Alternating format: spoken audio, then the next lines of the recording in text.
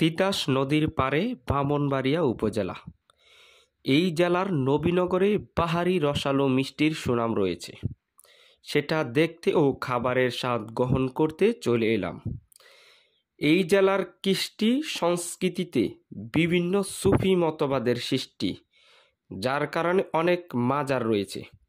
এই জেলায় 59টি মাজার রয়েছে, যা বাংলাদেশের আর কোথাও নেই। আপনাদের দেখাবো হজরত দয়াল গনি শাহের মাজার। এই মাজারের ভিতর ও বাহিরের দৃশ্যপট এবং এখানে কি হয়। প্রতি বছর বাংলা মাঘ মাসের প্রথম সপ্তাহের 5, 6, 7 তারিখে যথাযোগ্য মর্যাদায় পালন করা হয়।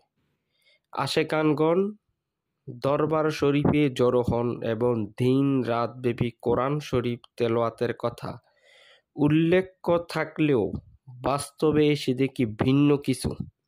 নাচ, গান, দেহ ব্যবসা, জুয়া আর গাঁজা চলে প্রকাশ্যে। মাজারে সেজদা দিচ্ছে, ইসলামকে ধ্বংস করছে। নারী পুরুষ একাকার, নেই কোনো পর্দা।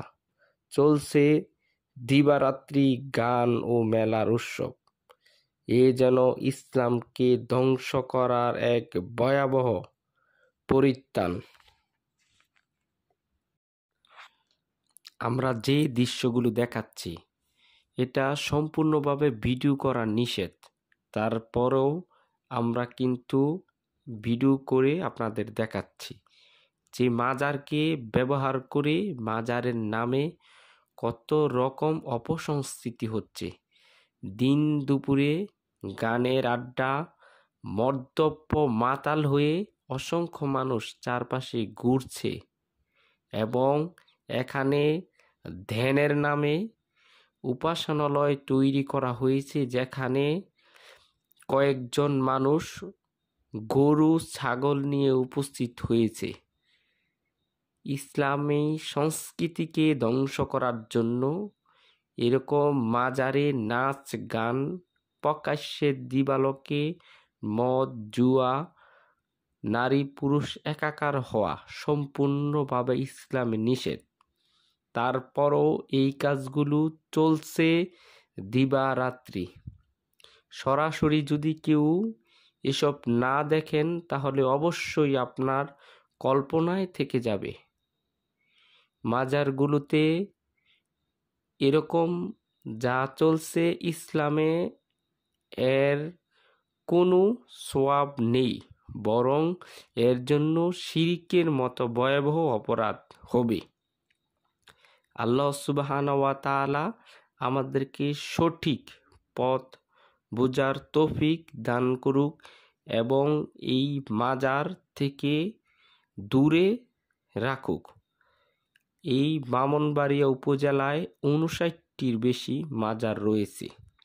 সেখানকার মানুষজন বিভিন্ন বাবা বা পীরের অনুসারী হয়ে থাকেন এবং বছরের পর বছর, যুগের পর যুগ তারা এই শিরক বিদআত করে তাদের জীবনকে পালন করছেন।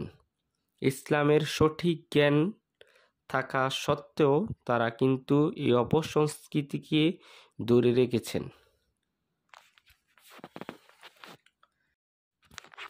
মাঘ মাসের 7 তারিখে শেষের দিন আমরা গেলাম এই গনি শাহের মাজারে। সাথে সাথেই দেখতে পেলাম সব ভণ্ড পাগল মানুষের উপস্থিতি। এখানে নারী পুরুষ একাকার হয়ে গান গাচ্ছে এবং কেউ কেউ তাদেরকে টাকা দিচ্ছে।